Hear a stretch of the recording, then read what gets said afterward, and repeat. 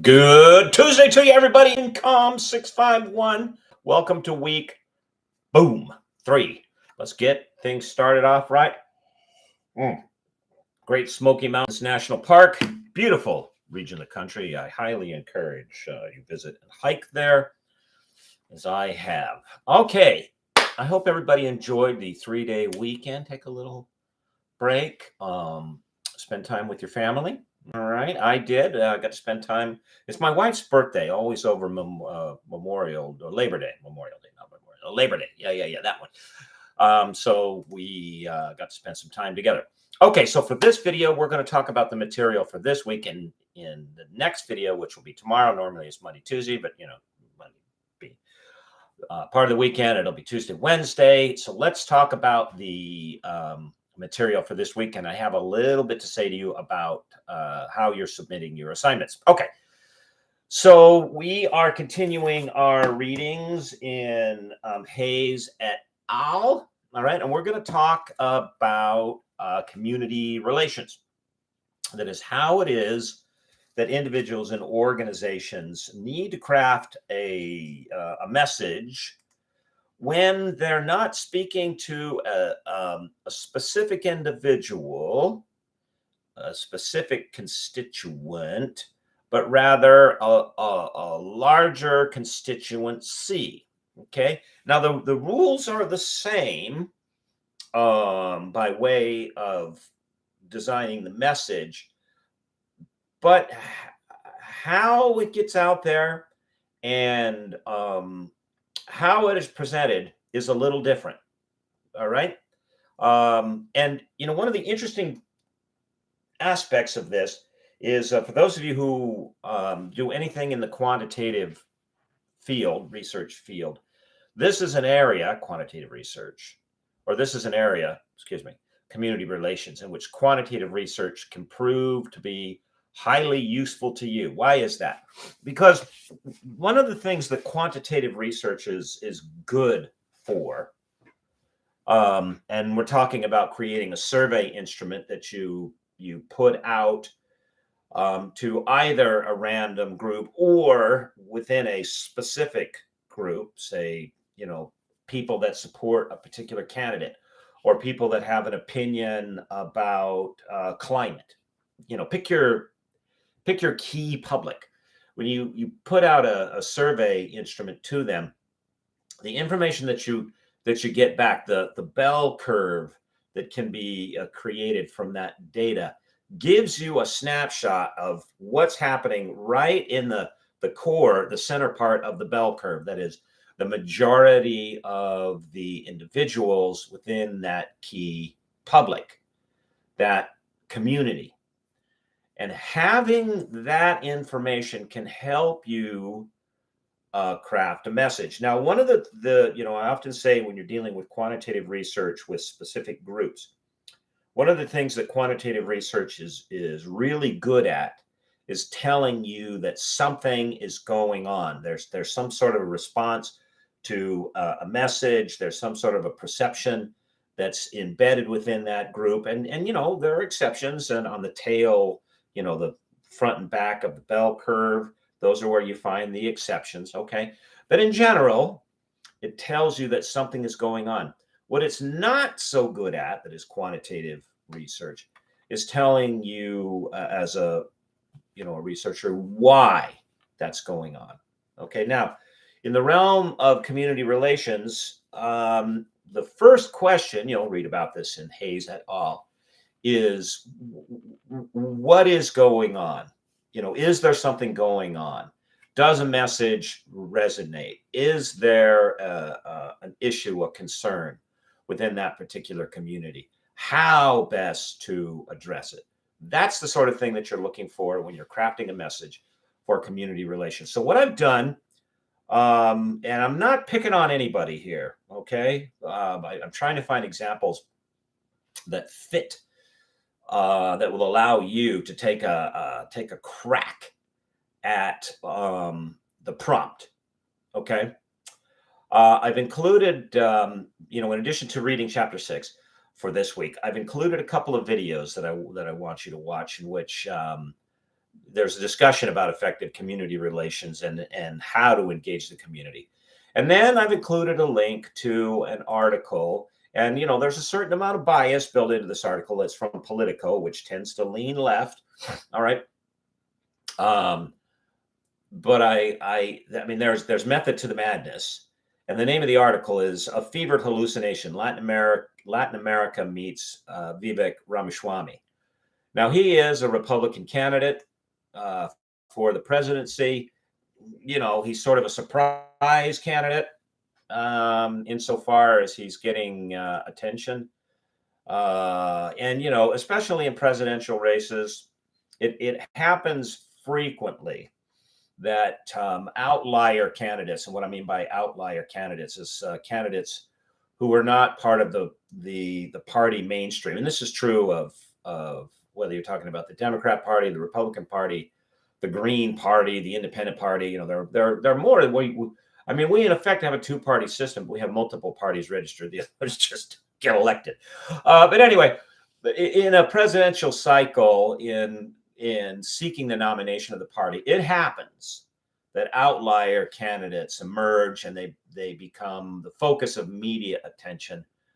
And I'm making no prediction about this person's candidacy, but they generally do not receive the nomination. And that is, the reason for that is that the way the nomination for the party is designed is there's a core group within the party.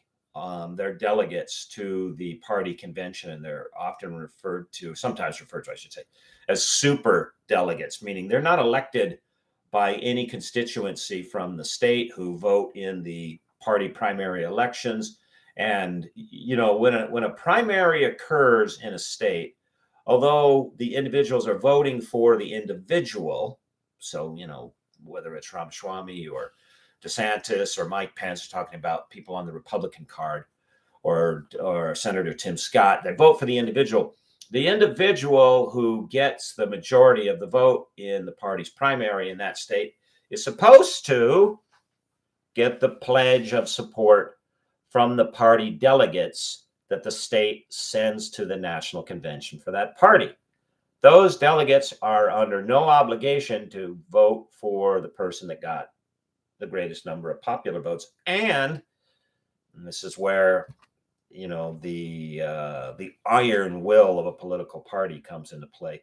The super delegates are not elected by anybody, and they are high-ranking party members, and they tend to vote in the way that those who are deciding the direction of the party are going. In fact, they tend to control both of those levers. And so, for instance, if you remember back in the election of 2016, although on the Democrat side of the party, Bernie Sanders received more votes in more of the key primary states than Hillary Clinton did, the nomination went to Hillary Clinton. Well, that was a function of the super delegates. So back to the assignment. So Ramaswamy he's got an interesting row to hoe here. That is, he has got to convince a substantive portion of the United States and of these party members within key states that he is a viable candidate. And he also has to convince the super delegates. Now that doesn't come through in the article that I sent you, but I picked something out of Politico because of the Republican candidates, Vivek is probably the most demonstrably conservative, maybe, even more conservative than President Trump, who's also declared his candidacy for the party's nomination. Politico is decidedly liberal. So I wanted you to have a look at an article written by a decidedly liberal publication about a decidedly conservative candidate. And if you were advising the candidate about how he needed to unite the country behind his candidacy, because unfortunately, the way the politics for the executive office works out in this country is that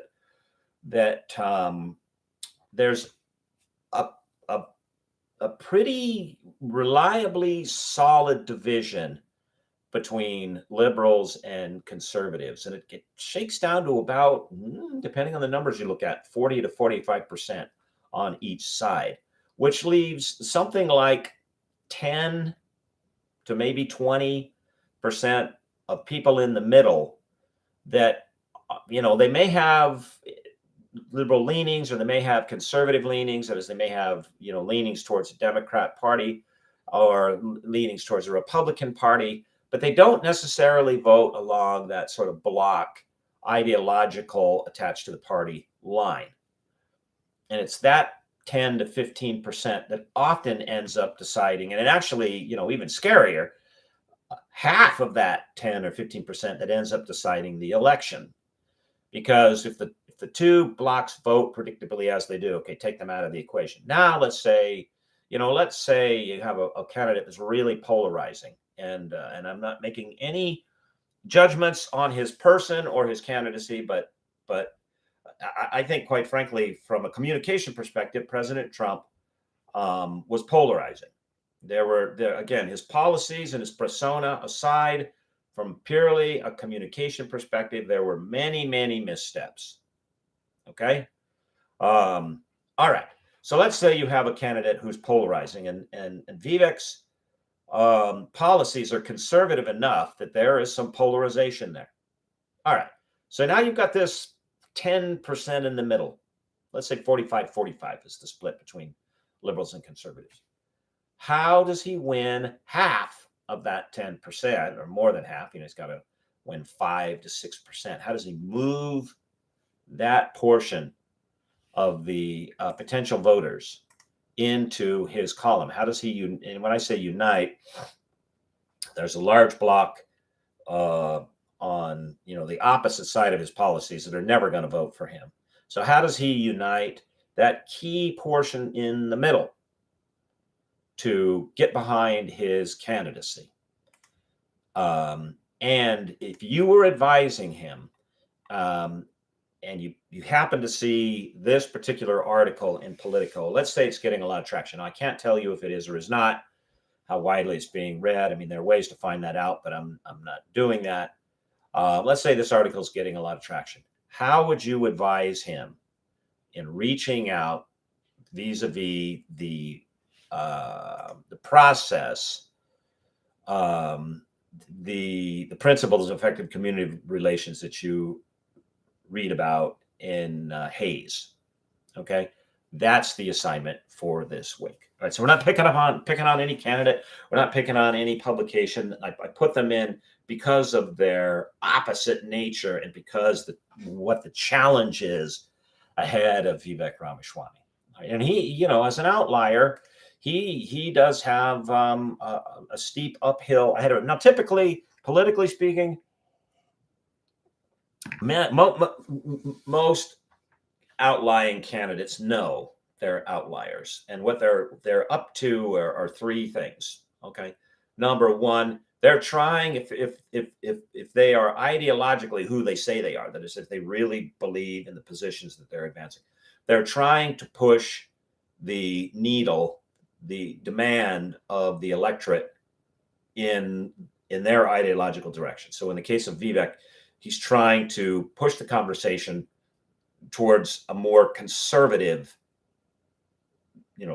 stripe on the spectrum, and have the electorate demand more conservative policies. So even if he doesn't get the nomination, which he's not likely to get, I'm not making a prediction, but this is just how it works. Even if he doesn't get the nomination, as a candidate, as someone that believes in these ideologies, he moves the needle in the direction of where he believes. That's and these are not in order of sequence of importance. That's the first motive. Secondly, and this probably doesn't apply to him because he's considerably wealthy on his own, running for the candidacy of a party is good money. You can make money running as a party nominee. Now, when you become the nominee, that's a different story. But running to become the nominee, you can make money. And then third, if you pull enough of the support of the electorate in the primary votes for your party, then there's a chance that you could end up with a cabinet position under an administration that from a candidate that does get elected, say DeSantis or Trump seems to be, those are the two forerunners, and they get elected and they look over at you're Vivek, and they go, hey, this guy has considerable pull, and he's pulled people. This would be most important for Vivek.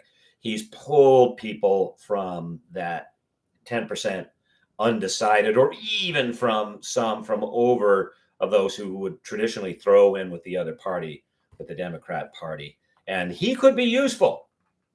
He could be useful in upcoming interim elections for the House and the Senate.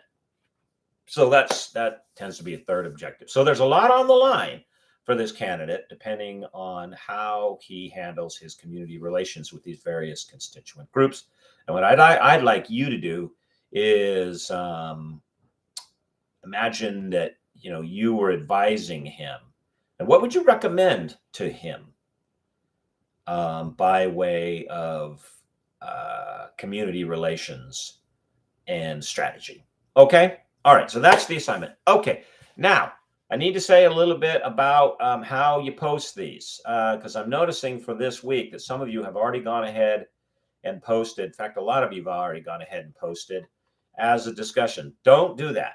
All right. I need you to go over to the assignments folder, and you look over in the assignment. And Canvas is new, and it's. I mean, there's some things about it that are improvement from Blackboard. Some things it's 6 of one, half a dozen of another. I could not care less, but it's a learning curve for everybody. All right. I get that. One of the things that it won't let me do is if you post things as a discussion, I cannot easily make comments on your writing, which is something that I am doing and will continue to do. So I'm sorry, a little bit of bad news. If you posted your response in the discussions, and if you look at the assignment in the module, right under guidelines, I tell you, please upload your response in the assignment folder as a PDF document. I need you to do that. All right. So if you haven't done that, and instead what you've done is you posted it as a response, a discussion response to the prompt, I need you to take that text, I need you to put it in a PDF, and I need you to upload it into the assignment folder as a PDF. And that way it lets me get into your document and take a look at what you're doing. Otherwise, it's just a pain in my neck. All right. And it's a Canvas thing. And this is a learning curve for all of us. I get it. Okay. So looking back at week 2, I'm grading those now. And I've noticed that there are some of you that, I put this in the video last week. So if you didn't upload the answer to week 2 as a PDF, please do that. We'll get used to this Canvas thing. I promise. Okay. All right, everybody. That is it for the coming week.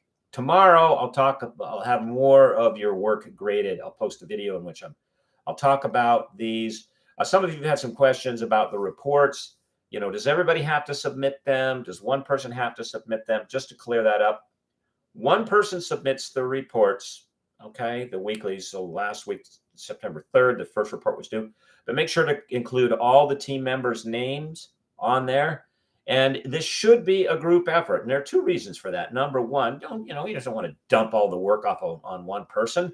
But number 2, the grade on the report that the person submits is going to be the grade that everybody gets. So unless you're super satisfied, and I'm not saying there's no reason that you shouldn't be, unless you're super satisfied with the kind of work that the one individual is doing, you should give that report a proofread. You should have some input as to what goes in or what does not, because you may end up with a grade that's not reflective of the work that you would have put into it if you were the one doing it, and you don't want that. Okay. All right, everybody. Short week, good week. I will see you on Canvas, thinking about you, praying about you. You have a fantastic week, and I will see you with a second video come tomorrow. Bye-bye.